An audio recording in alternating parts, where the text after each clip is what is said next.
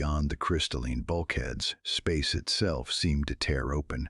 The cloaking field collapsed, instantly revealing 8 kilometers of weaponized stubbornness. The massive dreadnought hung in the void like an iron dagger aimed directly at the Council's heart.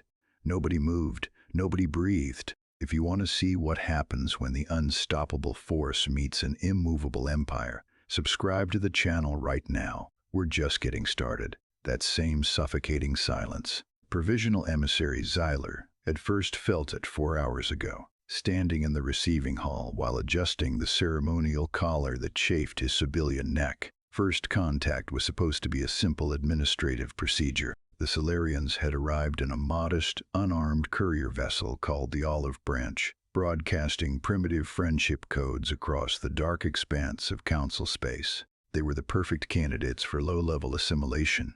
Xyler was only an acoustic scribe. The High Council couldn't be bothered to attend the formal induction of another minor species, so they elevated him to acting emissary for the afternoon. He was given the heavy velvet robes and told to simply collect the signatures. Xyler watched Commander Elena Rostova walk down the arrival ramp, studying her with genuine curiosity. She looked utterly unremarkable to his multi-faceted eyes. She possessed no natural armor, no secondary optical sensors, and no visible biological weaponry of any kind. Her soft bipedal frame was draped in a dark uniform entirely devoid of the heavy ceremonial plating favored by the hegemony's warrior caste. To Xyler she looked exactly like prey. The Valen hegemony relied on a very specific tactical assumption that presenting a harmless exterior meant a species was fundamentally weak. It was a structural bias that allowed the Empire to confidently enforce a rigid, inescapable structure of vassalage dressed up as galactic harmony. "Welcome to the Apex Citadel," Xyler recited the script he had memorized that morning. Rostova offered a pleasant diplomatic smile. It was a perfectly measured expression. It didn't reach her dark eyes, but it conveyed exactly the sort of harmless compliance Xyler expected from a soon-to-be conquered state. "We are honored," she said. He led them into the main chamber. The architecture was explicitly designed to intimidate, featuring soaring crystalline arches that caught the cold light of distant stars. The temperature in the room was kept deliberately low to remind visitors of the freezing void outside. Xyler took his place at the central podium, shivering slightly under his borrowed robes. He looked down at the small human delegation. They stood close together, completely isolated in the center of the vast, echoing hall. "To join our collective," Xyler read from his data slate, his voice projecting the rehearsed authority of the Empire. "Your species must permanently surrender your fleet and autonomy. The hegemony will provide all necessary defense." Rostova's pleasant, diplomatic smile remained fixed. "I see," Rostova replied, which meant she didn't understand. Or so Xyler assumed. He watched her fingertips brush the edge of the polished podium, a slight, rhythmic tap. Calculated. "We will need a multi-hour recess to confer with our government regarding these demands," she requested calmly. He granted it immediately. The sheer hubris of the hegemony demanded absolute patience with lesser beings. They always asked for time to grieve their lost sovereignty before surrendering. 4 hours ticked by. The Apex Citadel drifted in the quiet dark. Xyler sat in the observation annex, casually reviewing acoustic logs, waiting for the inevitable capitulation. He listened to the steady, rhythmic thrum of the station's life support systems. Everything was perfectly routine, but the math was wrong. A low hum, then deafening silence. The life support vibrations simply stopped.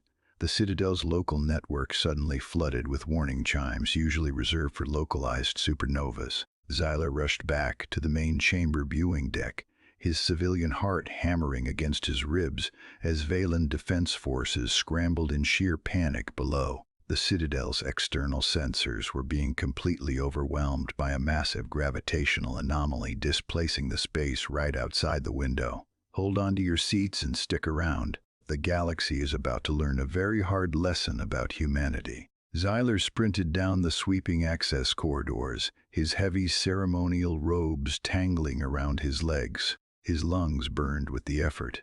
Down in the primary command center, Valen defense forces were drowning in unprecedented panic. Holographic tactical displays flashed aggressive crimson warnings, painting the pale faces of the technicians in blood-red light. The Citadel's external sensors were completely blind, overwhelmed by a massive gravitational anomaly that had violently displaced the local vacuum. The cause was undeniable. The Solarian dreadnought, the Iron Resolve, had dropped its cloaking field. It dominated the visual spectrum.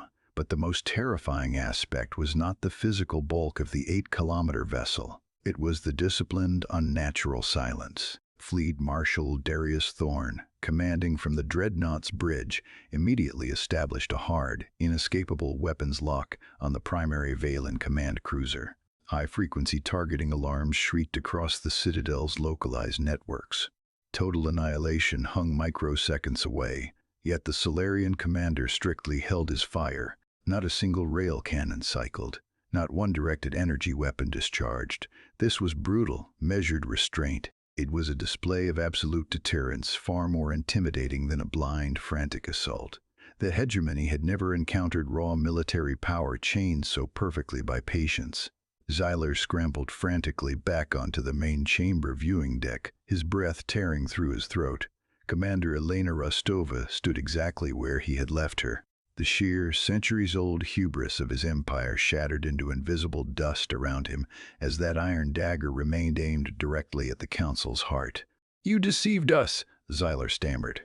His voice vibrated with unfiltered, humiliating terror as he accused the tiny Solarian delegation of profound treachery. Rostova's posture shifted, the soft compliance evaporating into cold steel. "We did not deceive you, emissary," she stated, her tone dropping until it echoed against the crystalline arches. "We simply didn't tell you everything." She then methodically outlined the violent, grueling evolutionary history of her species. They had crawled out of freezing caves, survived self-inflicted plagues, and endured planetary impacts through sheer, bloody-minded determination.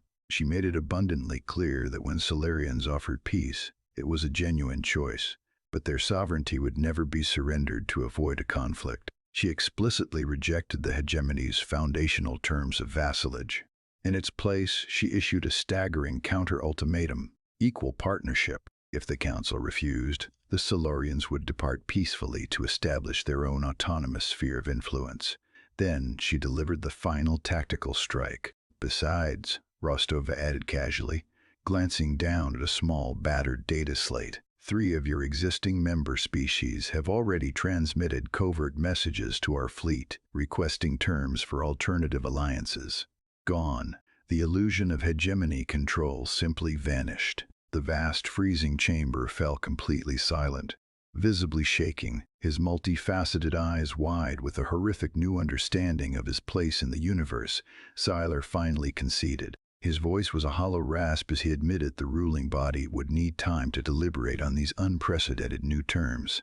Rostova gracefully granted them that time, effortlessly cementing her species as an unyielding peer power on the galactic stage.